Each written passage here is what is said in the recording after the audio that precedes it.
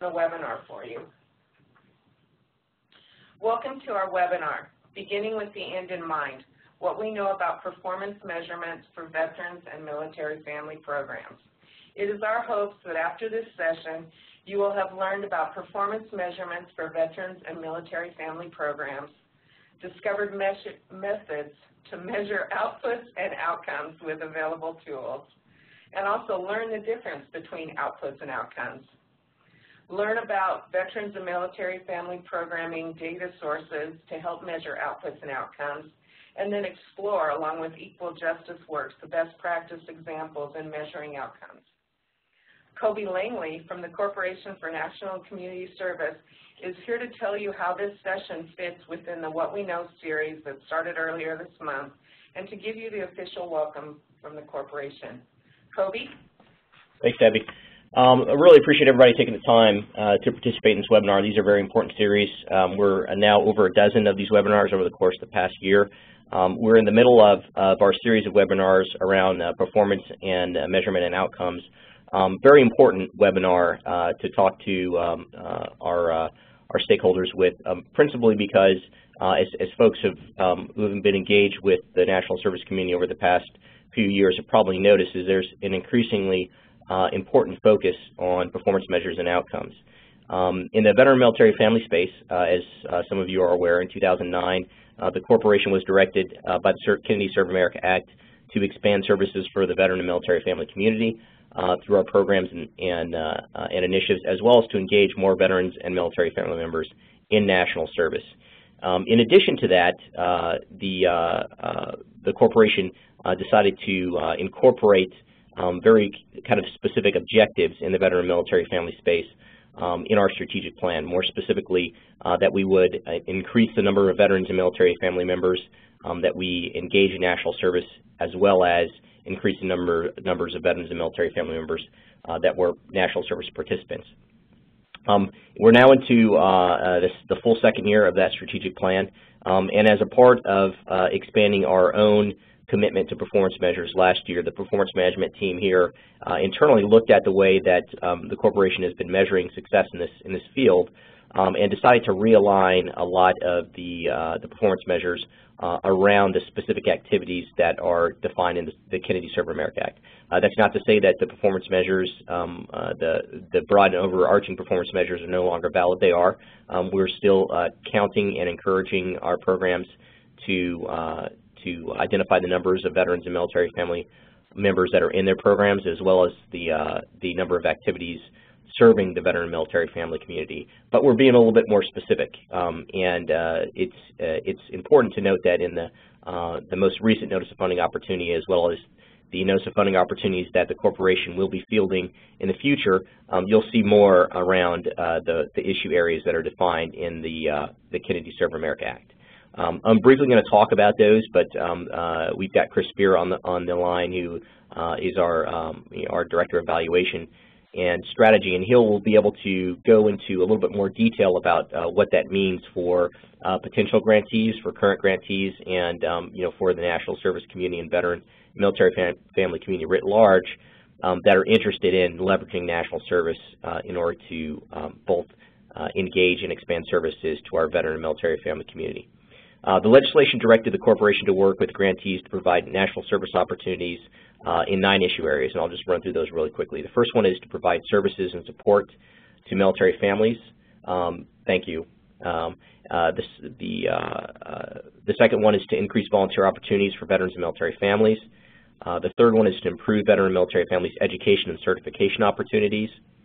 The fourth one is to improve veterans and military families' employment prospects, access to benefits, military children, to improve transportation options, particularly for disabled veterans, to facilitate veterans' participation in disaster preparedness programs, and the last one is to improve wellness opportunities for veterans and military families.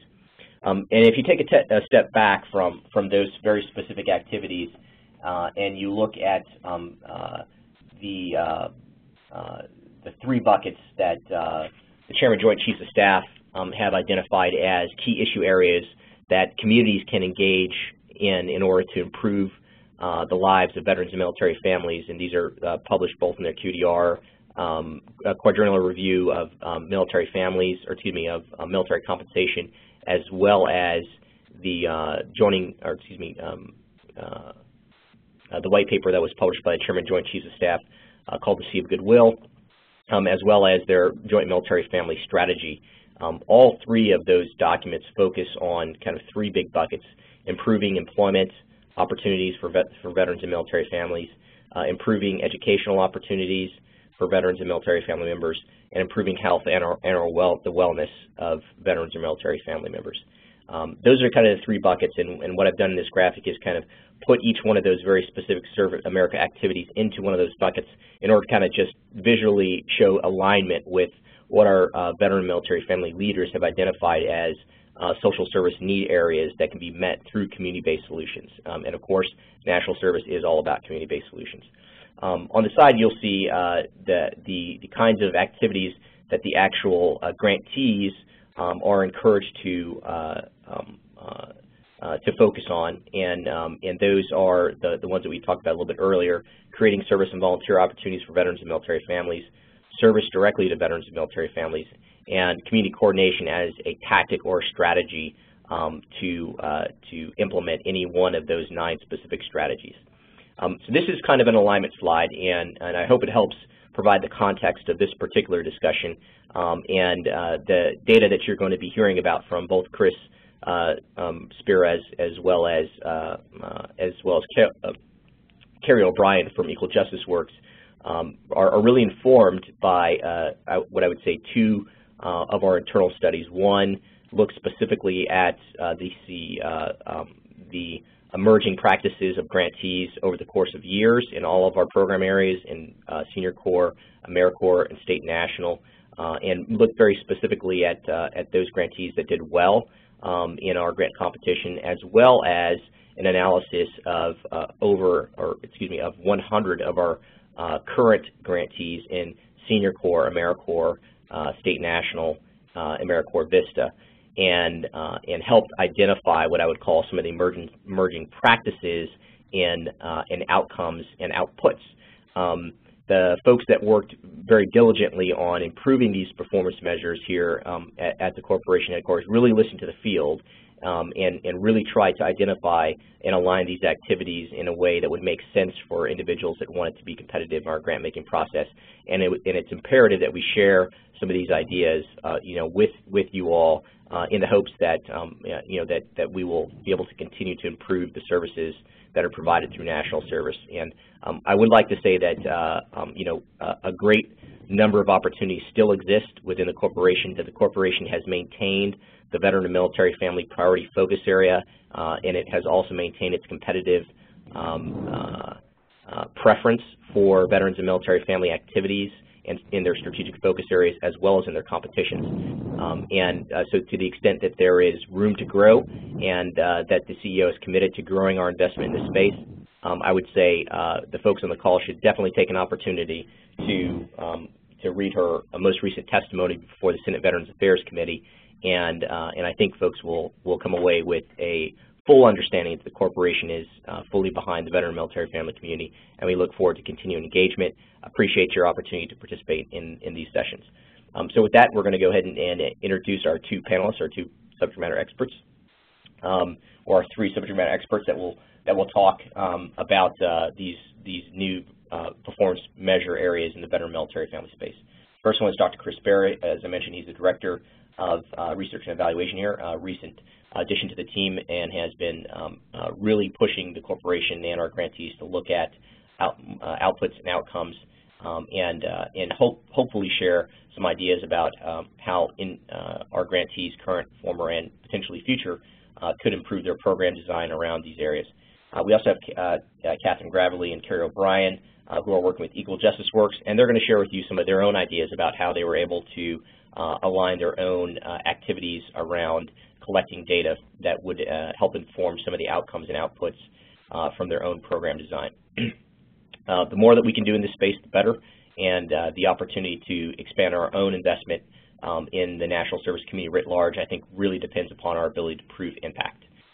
So we look forward to these continuing discussions and answering any questions you might have. So with that, we're going to turn to Dr. Chris Spear, who will talk a little bit more about program evaluation and the performance measures specifically. Chris? Great. Thank you, Kobe. Again, my name is Chris Spera, and I'm the Director of Research and Evaluation at CNCS. And it's a real pleasure to be speaking with you today about this important topic of performance measures within the domain of veterans, military members, and their families. As Kobe mentioned, National Service Programs focus in three large topic areas of employment, health, and education. And just to start off the conversation here, I wanted to give you a few slides that depict the current landscape of National Service Programs that involve military members, veterans, and families. As you know, and as Kobe mentioned, National Service provides opportunities to both serve the military and veteran population, as well as enables military members and veterans to be volunteers in service programs. As you can see on this slide, about 58 programs provide opportunities to veterans and military members to serve. Another 21 current grantee programs serve veterans, military members, and families in their local communities, and another 17 do community coordination. The slide also gives you a sense of how that distributes across our three core programs of Senior Corps, including both RSVP and the Foster Grandparent Program, AmeriCorps, State and National, and VISTA. Next slide. Okay, helping veterans transition into the workforce is a key component of National Service Programs, with 43 programs focusing exclusively on this topic, and relatedly, 25 focusing on education and certification topics, such as the GI Bill. Furthermore, another 26 focus on expanding access and knowledge of VA benefits available to veterans. In my previous position, actually before I came to CNCS, as a contractor, I did a lot of research and evaluation for the Department of Veterans Affairs. And one of the things that was real shocking to me when I started working with VA programs is the VA has really only contact with about 50% of veterans through access to their benefits. So there's about 26 million veterans in the country, and only about half of those have taken advantage of using VA benefits. So that just gives you a sense of how much need there is in really making sure veterans are aware of what their benefits are, and really leading them to water, making sure they take advantage of those great sets of benefits that they earned in providing service to our country through the military. In fact, the VBA is organized, the Veterans Benefit Administration is organized around three benefit areas of education, including the new GI Bill, which is very central to what they do, vocational rehabilitation and employment, which is really the large rubric of helping veterans transition back into the workforce if they choose to do so, and loan guarantee, which allows veterans to use the VA to solicit a home loan. Also, the Department of Labor, you may not know, has a Veterans Employment and Training Service that also provides programs and services to veterans, such as the Homeless Veterans Reintegration Program. As you know, wellness, including behavioral health, is a top area of concern for national service programs working in this area. And as you know, and as you've heard in the news likely, issues such as PTSD and traumatic brain injury have been essential issues for our returning veterans. And in fact, new research has shown increases based on the DoD Health-Related Behavior Survey, which was just fielded last year, on issues such as alcohol use and prescription drug misuse among this population. With that said, many veterans remain resilient and have successfully transitioned into the civilian life, and their wellness is strong. I believe that National Service can play an important role in augmenting and unifying federal resources provided by agencies such as DoD, VA, and DOL. Our reach is often at the local level in communities across the country, so I believe National Service, the presence can be felt. Next slide. Okay, just wanted to mention that this chart shows a little bit about how some of the wellness programs operate across National Service, and you could see there are programs focusing in areas such as housing, morale-boosting activities, and behavioral support. And you can see how those disperse across Senior Corps, AmeriCorps, and VISTA. Next slide. Okay, so we're going to jump into the main topic of conversation for today's webinar, which is performance measurement. And Kobe mentioned how important performance measurement is for our veterans and military programs. And so what we'll spend some time on over the next few minutes is talking a little bit about performance measures, trying to unpack the concepts, and hopefully leave you with a greater set of knowledge, skills, and abilities than when you logged into this webinar.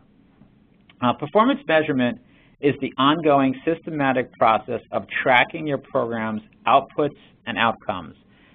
Outputs are the amount of service provided. They measure the completion of activities and document the fact that individuals received services, products were created, or programs were developed.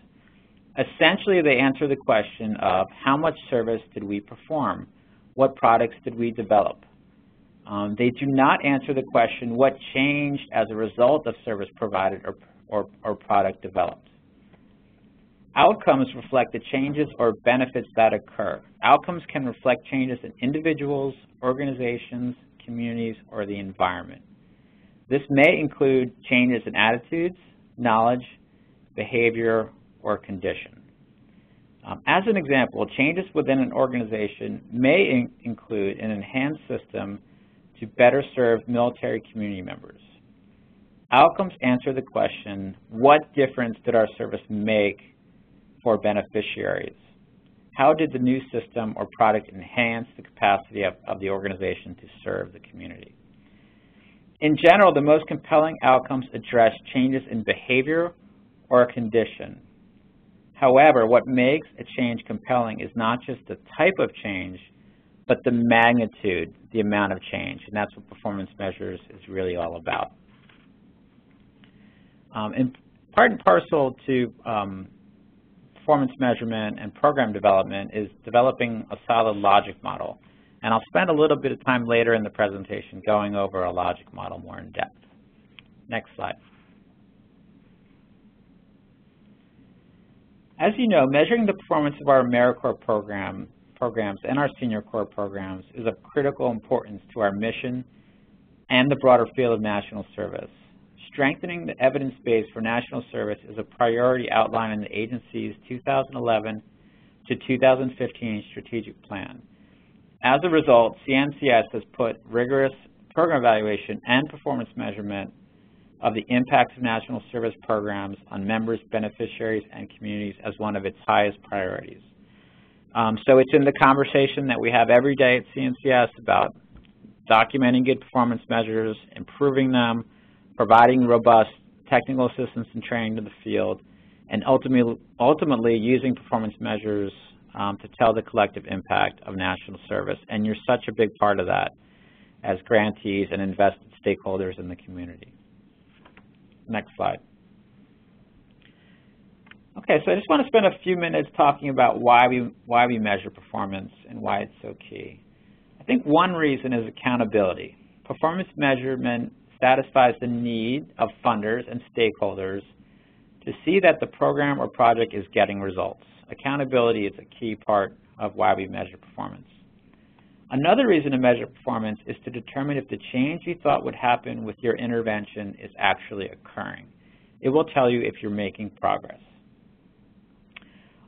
Perhaps the third reason is that you could also use performance measurement data to spot and correct problems. As you well know, implementing programs and interventions on the ground to support military members and families is not easy.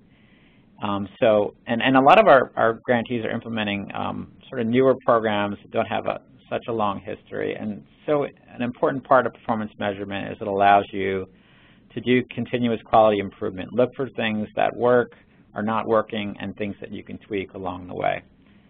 So in short, performance measure is a way to get feedback, and that feedback is critical at the local level for your program, and it's critical for us at CNCS to be able to roll up to talk about collective impact of all of our programs, and that's really what performance measures is all about. Next slide. So a key to getting good performance measures data is having good resources. And one of the things that we've been working on here at the corporation over the last few years is developing good resources for our field of grantees to use. So if you haven't been on it before, I suggest you go. We have a website that has lots of resources around performance measures, including some slides, some tools for you, including pre, midterm, and post-program surveys, different resources that you might find available. The website link is up here on the slide. I'll provide it again towards the end of the briefing as well, so you can make sure you have that at your fingertips. And it's just a wealth of information, so I highly suggest you take advantage of it. Next slide. One thing I just wanted to make clear is there is a difference between performance measurement and evaluation. Performance measurement, as we've talked about, is the process of systematically and regularly collecting and monitoring data related to the direction of observed changes in communities, participants, and beneficiaries. It is really intended to provide an indication of your program's operation and performance. In contrast to evaluation, it's not really able, it doesn't have the techniques or the abilities to establish a cause and effect relationship, knowing that your program caused the outcome. That really can only be done with program evaluation. But performance measures can tell you an awful lot about how you're doing in terms of your operational performance and whether you're going in the right direction. So I think both are important parts of the story here, both performance measures and evaluation. Next slide. Okay, so as I mentioned earlier, developing a logic model, I think, is a key part of really understanding your program, understanding what intervention that you're implementing to serve any community. And it's really in our lexicon here at CNCS. We're trying to promote and continue to use that language with all of our grantees in both AmeriCorps and Senior Corps. So this slide provides a nice graphic of a logic model. And basically a logic model, to really boil it down in the simplest term, is a logic model is a graphical way to depict your program. The important thing is to have a clear program description, and a logic model is the easiest way to get there. A logic model is a graphic representation of the intended relationships between a program's activities and their intended effects. It visually represents the program theory, why we expect the program to work, and helps identify any gaps in the program logic. A flowchart tries to describe the what of the program, what steps are required to complete this process. Logic models try to answer the question, why is this going to work, and what is going to lead to what? So you could really get a sense of how we think about logic models in terms of inputs. These are the resources a program has to invest. The outputs, we talked about outputs, are really counting the service and the number of folks that you serve. And then outcomes, and I would strongly suggest you think about outcomes in terms of time. Sort of short-term outcomes, things you can try to accomplish with your program in the short term, like 6 months, medium, and longer-term outcomes. We know issues like successfully transitioning folks, military members, as an example, back into the workforce. That takes some time, might be a trajectory of a couple of years out, and there might be some short and medium-term outcomes to track along the way that will help you get there. Okay, next slide. So we spent some time talking about outputs, which is the amount of service provided. As you may know, we have standard definitions of performance measures related to outputs for our veterans and military family programs. They include the number of veterans or active service members and families served, and the number of veterans and active service members engaged in service provision through CNCS programs. Next slide. This just gives you a sense of some of the programs that are currently measuring these outputs, including the program called Veterans Helping Veterans Now, Metro Community College in Omaha, Nebraska, and CA Conservation Corps. Next slide. Okay, I just want to talk a little bit more about outcomes because the outcomes are obviously so key to documenting change. So outcomes regarding attitude and belief involve a change in thought or feeling. So for example, a military spouse feels she has more support after receiving services as an example of an outcome related to attitude and belief change. You could also measure changes in knowledge or skills, behaviors, or condition. An example of outcome measuring knowledge and skill, for example, a military child may improve reading ability after attending a tutoring program.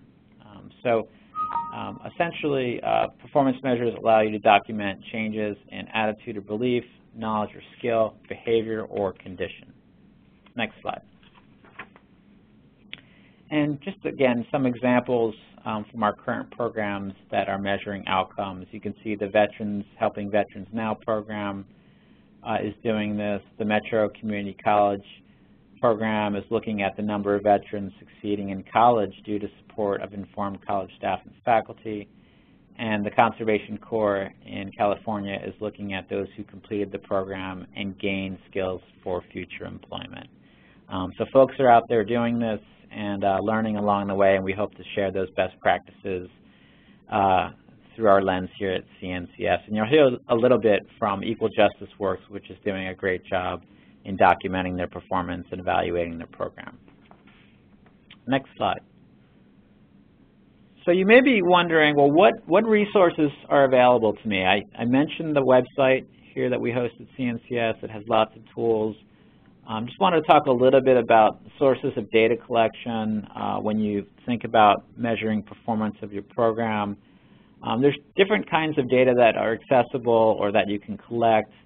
One of it is, of course, self-reported data by doing surveys essentially of national service members and volunteers, whether that's if they are folks serving in national service programs, measuring them as members, or if they're being served as a beneficiary, gathering self-report data on them, such as whether they had obtained employment post-service and so forth. There's also, and I think this is often overlooked, but there's a lot of public use data sources and administrative data sources out there that you could really use to get a sense of the population you're trying to serve and where they currently are with some of their outcomes. So I'll go through a couple of sources that I'm aware of, and you might want to do some of your own research on this, but I think programs should always collect their own data on folks who serve and the beneficiaries that they're working with, but it's always important also to use available public use data sources at your fingertips. Next slide. In terms of self-report data, it could really help you answer the question of who are you serving, such as gathering data on the number of veterans served, the number of military families served. We often talk about the number of folks served, but one point I wanted to make on this webinar is it's important to both have a numerator and a denominator in your performance measures, so you can look at what we call your penetration rate. As an example, the percent of veterans served in relation to the total size of the veteran population in your community. So it'll give you some sense of how much you're moving the needle and serving a certain population. There's a great resource on the Department of Veterans Affairs website called VetPop. I believe it stands for Veteran Population. And it's a dynamic website where you could type in, I believe, a zip code or a town, and it will give you the total number of veterans currently living in that area. It's a very valuable resource, I think, for local programs working on the ground, really just to get a sense of how many veterans are in my area, how many military families are in my area. Very well used and well regarded resource that the Department of Veterans Affairs makes available. Next slide, please.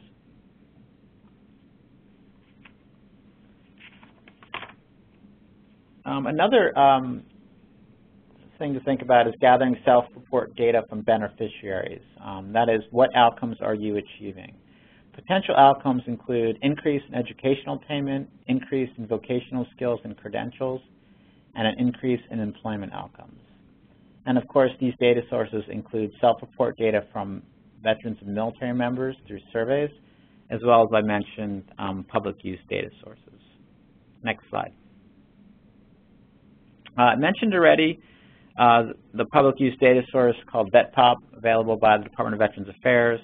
Another valuable resource is the Department of Defense puts out an annual demographics report, and I believe that data is available at the state and local level, and that gives you a sense of members who are currently serving in the military and what they look like in terms of their different demographics. It's a very valuable resource. The other thing is that there's a lot of really good public use survey data out there that you can use for several reasons. One is to get a sense of the population you're trying to serve in your community.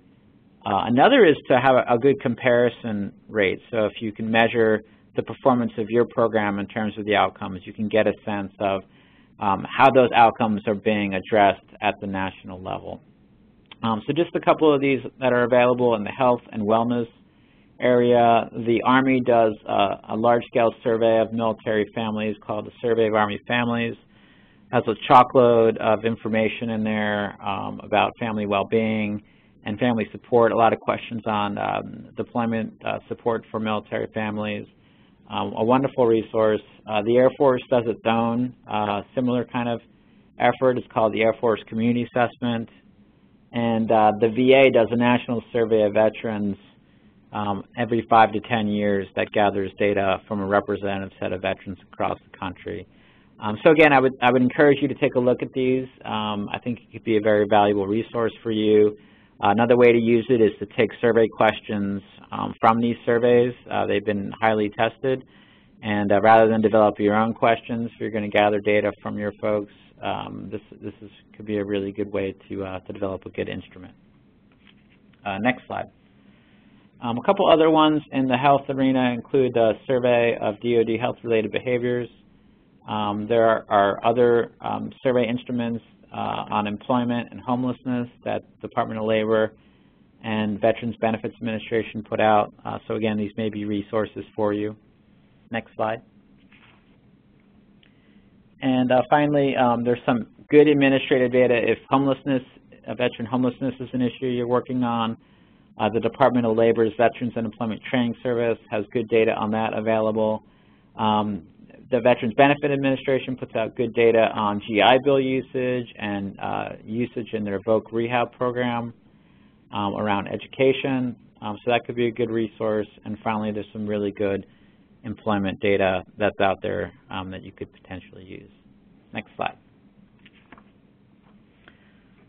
Okay, this is going to conclude my part of the discussion, but I'll be available obviously towards the end to answer any questions.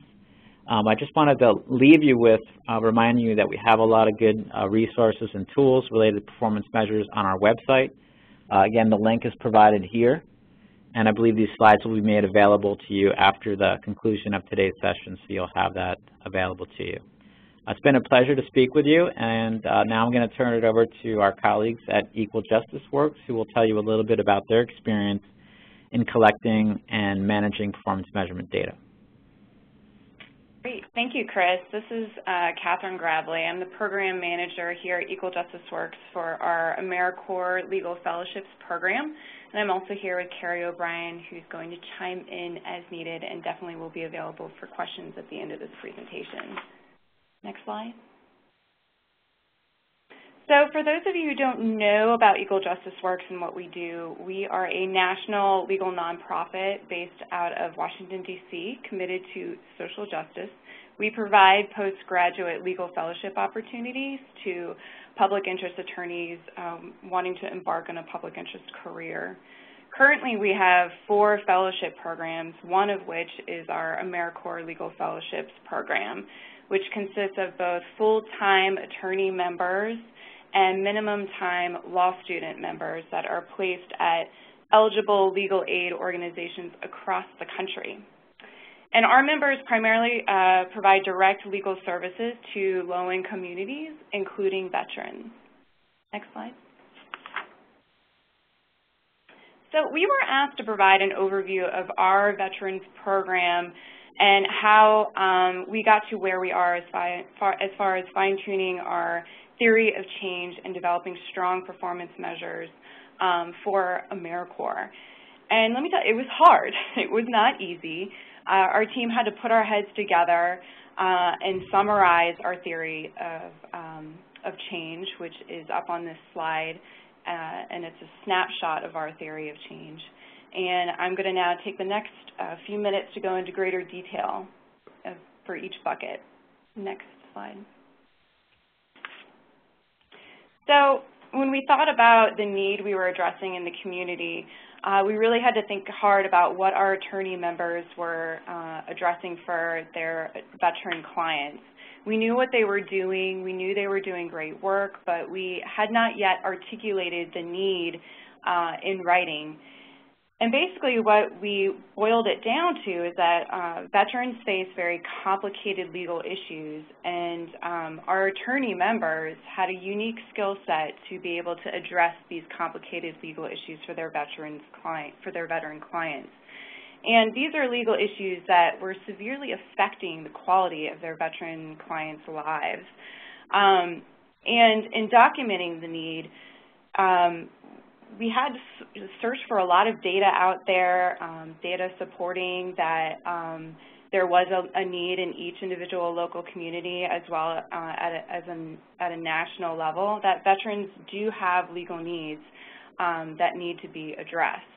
And these are just a few examples of some of the research we were able to do, including the VA challenge report, which documented a few of the top legal needs that veterans face, and as well as information from various different government agencies such as HUD, and then studies on PTSD and TBI, as well as homeless veteran studies.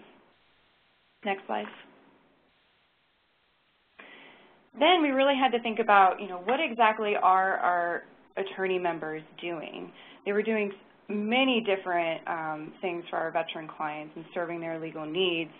But when we had to boil it down, we came to our attorney members were serving the legal needs of veterans to improve their lives by increasing income, promoting better health, and helping them to secure safe housing. And ultimately, we wanted our attorneys to be improving the lives of veterans served, which was our intended outcome. When we had to evaluate the evidence, trying to understand how do we know that what our attorney members are doing is actually working and addressing the legal needs of veterans. Well, we were fortunate enough to have a pilot going on since 2010, where we had attorney members serving the legal needs of veterans. And each year we began increasing the number of attorney members serving the legal needs of veterans. So we had that pilot study as well as the evaluation results of that pilot study.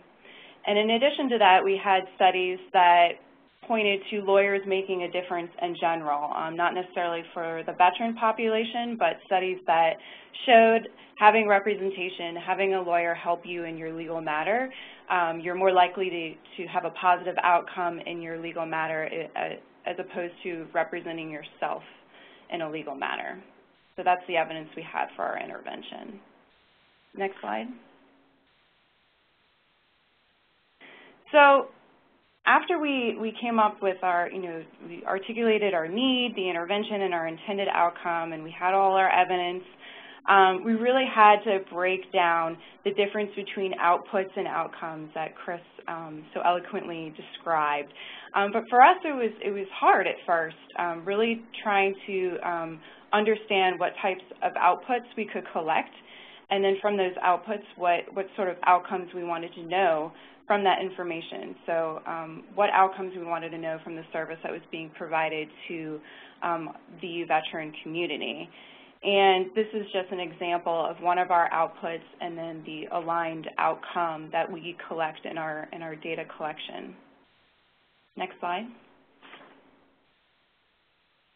And here is how we broke down our specific buckets of outcomes. There are 4 different categories: income, employment, housing, and then we had another category for some of those as a catch-all, because there were some other kind of very specific matters that our attorney members were helping to address for their veteran clients. But in general, our attorney members were helping veterans with increasing their income, obtaining employment by helping to remove barriers, and then helping them obtain or retain housing.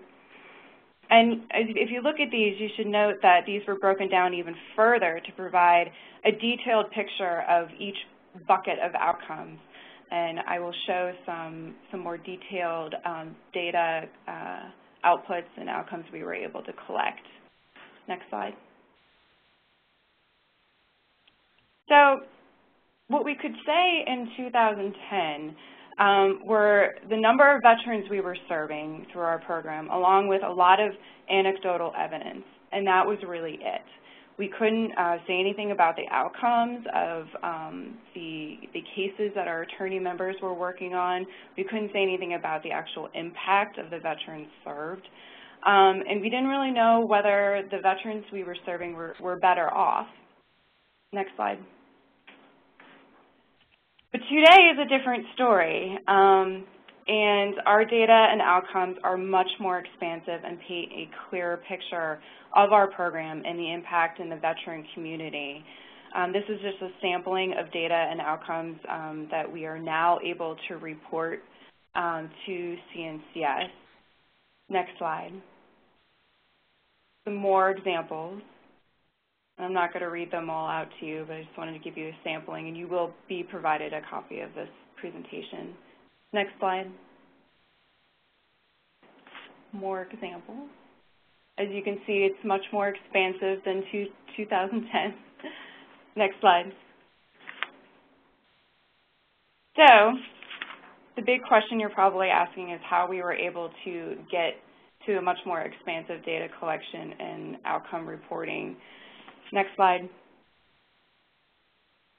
This just shows our evolution from 2011 to today, 2013, of where we started and where we are at now. And as you can see, we really just reached out to our sub-grantees, or we call them our host sites, and people doing work in the field, people on the ground actually doing the veterans service and talking to them about what types of outputs and outcomes we should be looking for. And we also used our program evaluation from the pilot study as inspiration. And in the end, our report to AmeriCorps is now substantially better than in years past. Next slide. We used to collect data using a very expensive web-based application module that was very hard to make any changes to measures we were trying to ask our sub-grantees to report out on. And if we wanted to adjust anything, it was extremely difficult and costed a lot of money. Then we decided to use Google Forms. It was really easy to create. It was easy to change measures that we wanted to refine or make clearer for our sub-grantees that were reporting out to us. And best of all, it's free. So it did exactly the same. Google Forms does exactly the same thing that our web-based application module was doing, meaning it has the capability to dump data into an Excel spreadsheet, which is really easy for us to use.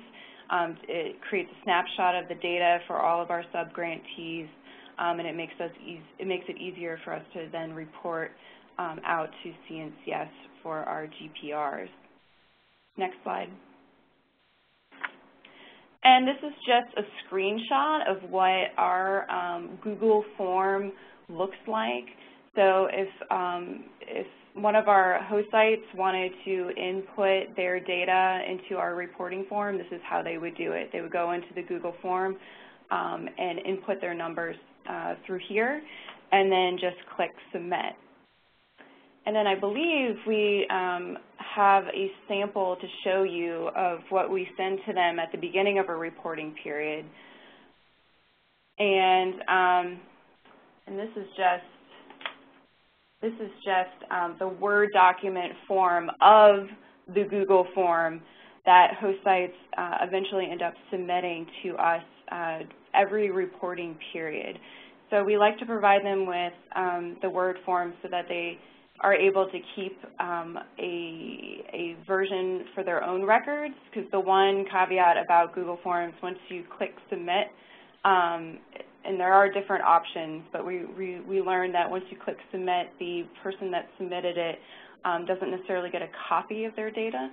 So we provide them with a Word document form so that they know what they're tracking and they're able to actually keep a version for their own records. Next slide. Next, yeah, there we go. So we also changed our great stories. For those of you that are grantees, you know that you have to submit great stories to CNCS every progress report period. And we made sure that our stories were more outcome-oriented. And each member is now able to tell a story about a veteran client that they served that kind of has its own little mini theory of change. As you can see here, as an example of one of our Equal Justice Works AmeriCorps Legal Fellows, Rochelle Richardson, she clearly was addressing a need of a veteran client. She was able to discuss in her story what exactly she did for that client. And then she had an outcome, a positive outcome for that client, which in this case resulted in retroactive benefits as well as future benefits for her client. Next slide. And here are just some lessons that we learned through the growing pains of developing performance measures and data collection. I would say define your outcomes early and make sure they are aligned with funder requirements, in this case, the Corporation for National Community Service. Get a group of experts together to help you define your performance measures. This is extremely helpful. Don't try to do it on your own. Get lots of input from folks on the ground actually doing the work. And then once you've created your measures, don't think that that's the end. You need to keep refining and improving your measures to ensure that they are truly reflecting your program's impact in the community that you're serving. Next.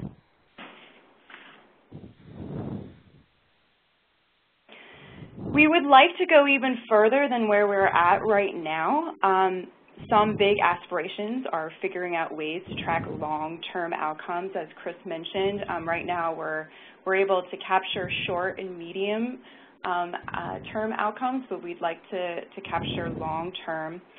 As well as, we'd like to do some comparison evaluations with our program and other programs and national statistics. Of course, our biggest goal is possibly doing a randomized control trial within our program, which is truly the gold standard in the evidence world. But that's kind of the big vision for our program and looking forward. And with that, I will hand it off to Chris for a recap. Catherine? Yep. This is Debbie. Just before you go on, we got a really good question in our chat panel that says, how do you make sure you do not post any personal information on the Google Docs site? Would you like to address that right now? Personal information as far as clients served or veterans served, because we make all that's reported are numbers, and then through the anecdotal stories, names are always changed and kept confidential. And Google Forms is private to us. It's attached to our Google account, and so it's not publicly available on the internet. So even if a site inadvertently included some personal information, it would only be known to us. But so far, we haven't had any sites reveal or post any personal information that would be a problem in that regard. Thank you. I think that answers their question. Okay, this is Chris. Okay, yep, this is Chris Bear again. Just wanted to give a quick recap on what you heard today. So again, thanks again for participating in today's webinar on performance measurement related to veterans and military family programs at CNCS. As you hopefully learned across the session, performance measurement is absolutely critical to helping CNCS and the National Service field tell its story about the impact we're having in the field, so it could be used at the national level for our agency. It could also be used at the local level for you to see how you're doing in terms of your program and what it's trying to accomplish, hopefully through the development of a logic model. and then systematically tracking outputs and outcomes. Outputs, again, being the amount of service provided, such as the number of veterans served within a geographic area, and outcomes that really more reflect changes, again, in knowledge, attitude, behaviors, or circumstance, such as veteran employment.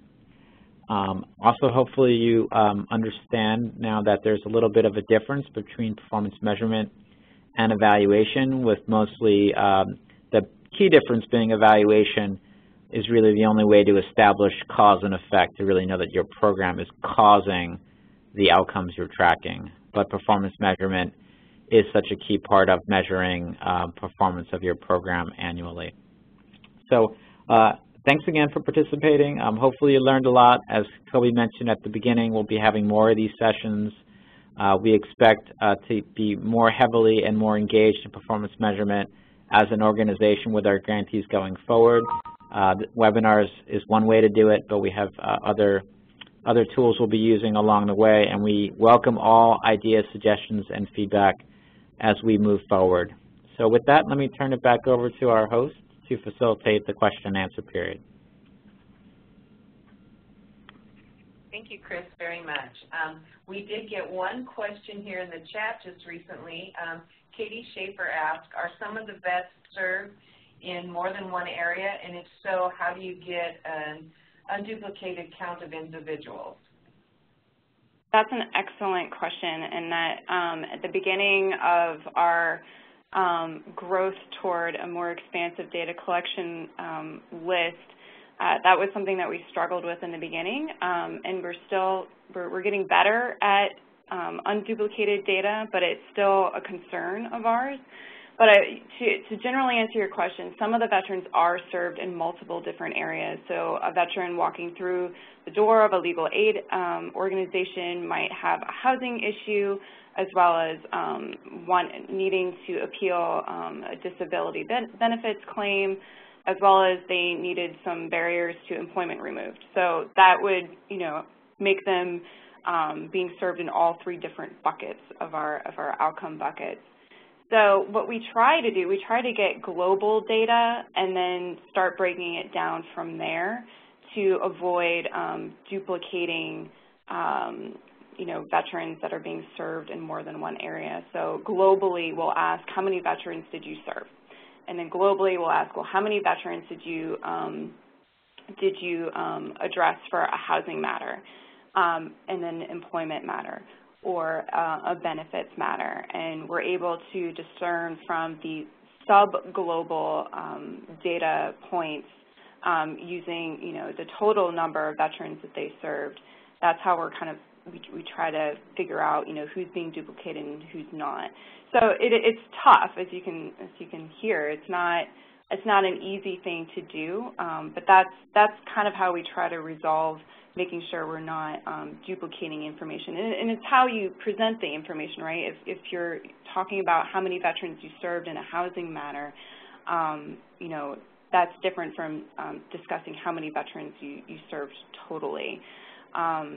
So it's Carrie, do you want to chime in? And it's hard. It's hard to make sure you're not duplicating, but you start at a global number, and then from there you separate out the different areas that you're serving and comparing that to your global number of veterans served to make sure you're not duplicating.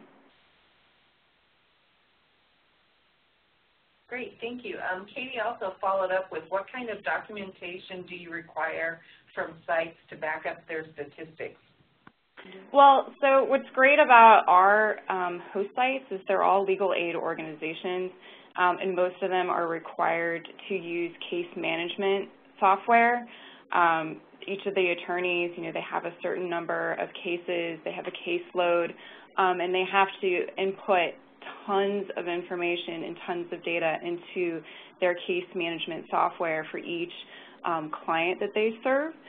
So we're able to kind of, piggyback onto the case management software systems that the host sites already have, and that's what they use to ultimately collect the data that they report out to us and then we report that out to the corporation. So we are blessed with that, but that's how our host sites back up the information that they document.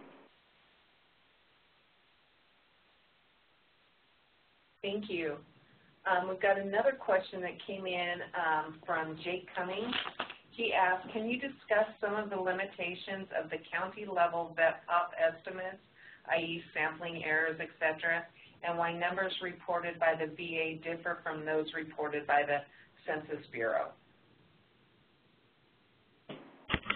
This is Chris. That's a good question. I'd probably have to investigate it more in order to address it specifically. I know that the methods that the VET-POP uses to ascertain, basically to make projections on where veterans are a little bit different than the way the Census Bureau does it. So it could be related to the detailed methodology in terms of how they weight the data and so forth. But probably the best thing for me to do is to research that and get back to the person who asked the question. Thanks, Chris. We could also post that answer on the edited chat, too, so that all the participants can get that answer. Also, on our registration form, we ask, and on the Veterans and Military Families Knowledge Network, we ask if there were any questions and comments. And Jake also had a couple of questions that he posted there. He said he'd like to know what the outcomes of action, such as referrals to outside agencies like the VA, VSO, et cetera, are. For example, it would be great to know if a veteran or military family member are referred to the VA receives the help they needed and whether additional assistance is required. He goes on to say another concern is how to quantify outcomes resulting directly from program activities. I suppose this is somewhat connected to the first issue I mentioned. In addition, sometimes it can be difficult to isolate the true change agent. So can you address a couple of those things for Jake? Sure. Yeah, the last couple things he mentioned there in terms of isolating the real change agent is difficult, and that was the point I was trying to make, that program evaluation is really the tool to do that. When performance measures, it really doesn't allow you to measure cause and effect. And I think Equal Justice Works mentioned that one of their longer-term priorities is to do like a randomized controlled trial where they literally are randomly assigning folks to receiving their intervention or their program and folks who don't, which will really get you at cause and effect. So I think it's important for folks out there in the field to recognize that performance measures is one piece of the puzzle, but longer term they should aspire to, and we would encourage them to at CNCS, to do program evaluation. We do have program evaluation requirements in our AmeriCorps language. If you have a grant of about $500,000 across a 3-year grant window, you are required to do an independent evaluation. So perhaps in a separate webinar we'll have a little bit more discussion on the evaluation requirements and some of the techniques there. But that's really the way to isolate the change agent, is to do a true program evaluation. I think he also mentioned there getting data from VA on where the needs are and where some of the handoff needs to happen. I think that's a really good point, and I think that piece of the puzzle hasn't really yet been figured out. But I would encourage folks to work with their local VA organizations and their veteran service organizations to really identify what the needs are in their areas for veterans and military families, and make sure they really understand those populations well in order to develop the right community-based solutions. So lots of good points by that question. If I may add something, this is Carrie from Equal Justice Works. Our evaluator had looked into the question of what data does the VA collect with regards to outcomes in its grant programs. And I think there's really a lot of potential there. And just to give an example, in the Grant Per Diem program, which is a housing stream of funding that the VA gives to hundreds of nonprofits throughout the country, a lot of which our legal aid organizations are working with them very closely. an example of some of the outcomes that those grantees are required to track are obtain permanent housing within 12 months of finishing the program, retained that housing for 3 months, 6 months, or 12 months, placed in a job, retained a job for 3 months, 6 months, or 12 months. And that could be a really powerful, and our sites are able to get that sometimes where they have a strong working relationship and they have the veterans sign waivers of confidentiality at the beginning of services. And it would be great to see our community to come together to allow for more sharing of that type of data so that when our clients are participating in those types of programs, we could have that outcome data that we could, so that we could know what was happening to them after they left our specific, after they left our specific programs. Thank you all very much. That was very helpful, I think. And I don't see any last questions in our chat, and that was all our questions from our forum and our registration forms. So are there any last words that you presenters would like to say before we get to our final slides for the end of our session today? Just from Equal Justice Works, I would say that you know, we now have, as we've shown, a much more robust set of data, and we've been able to use it in all different kinds of ways, including you know, determining which host sites might need a little bit additional assistance, which host sites we should be trying to place more members at. And just generally, you know, having this level of data has helped us not only to make the case that the services are valuable, but to help us to improve our program. And so I think that sites, you know, and I think Catherine really gave the flavor that it was a real pain to get to the place where we are, but I think we absolutely have come to the conclusion that it was completely worth it for both ourselves and for the taxpayers that we're serving with these funds.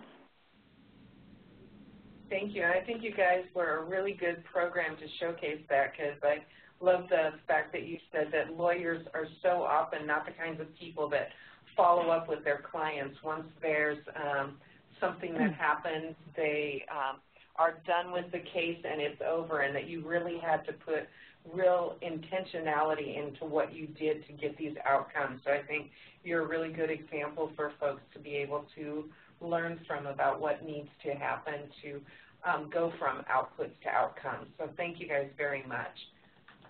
Thank you. Chris, any last words? No, other than just to say thank you for folks for attending, and hopefully this is the beginning of a discussion and a dialogue that will continue around performance measures. So look forward to working with folks in the field as we continue.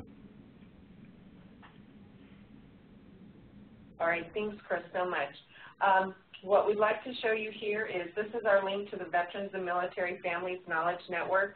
We've talked about it several different times throughout our session today. This is a place where all the information from this webinar will go. We save the recording and we get it closed captioning and create an edited transcript from it, and those will all be housed there, as well as the PowerPoint slides and the handouts. We also put information from all our past webinars and any future webinars up here. So it's a great place to keep your eye out for any more learning opportunities from the Corporation for National Service and some of its other TNTA providers. It's also a wonderful place to join and just get information about veterans and military families and other organizations and programs doing the same work out there. So you can connect with others and build your own support network and community of practice that can help you strengthen the processes that you're doing yourself. And as Chris pointed out to you, this also houses the performance measure resources and data measurement tools that he gave you the link to a little bit earlier in the session. Next, I'd like to remind you that today's session was just the third in this webinar series of what we know about veterans and military families programming. Our next and final session for this series is June 12th, Making a Difference, What We Know About Using an Evidence-Based Approach. Like today, you'll learn some of the nuts and bolts of an evidence-based approach. and then learn from a couple of real-world examples about how they've been using evidence-based approaches within their work. If you're available, please join us for this webinar to complete your set of information about What We Know series. The registration link is here on your screen right now, and you'll be able to find that as well if you go onto the Knowledge Network. Lastly, I'd like to say thank you. Kobe, did you have any final words for the participants today? I just want to say thanks again for participating in these webinars. It's very important that we can kind of continue the community base of knowledge that can help improve and expand our programs and services in this area. Your participation in these conversations is critical to that conversation, so I would ask that folks go on the Knowledge Network and join up and continue the discussion there. So thank you, everybody. Thank you in particular for our panelists from Equal Justice Works, as well as Dr. Chris Bear. All righty, thank you so much. And from us here at Education Northwest, we'd like to thank all of our hosts and all of our panelists and participants for being on the webinar with us today, and to remind everybody to please fill out the evaluation so that we can make each one of these sessions just a little bit better for you. Thank you, and have a great afternoon. Bye-bye.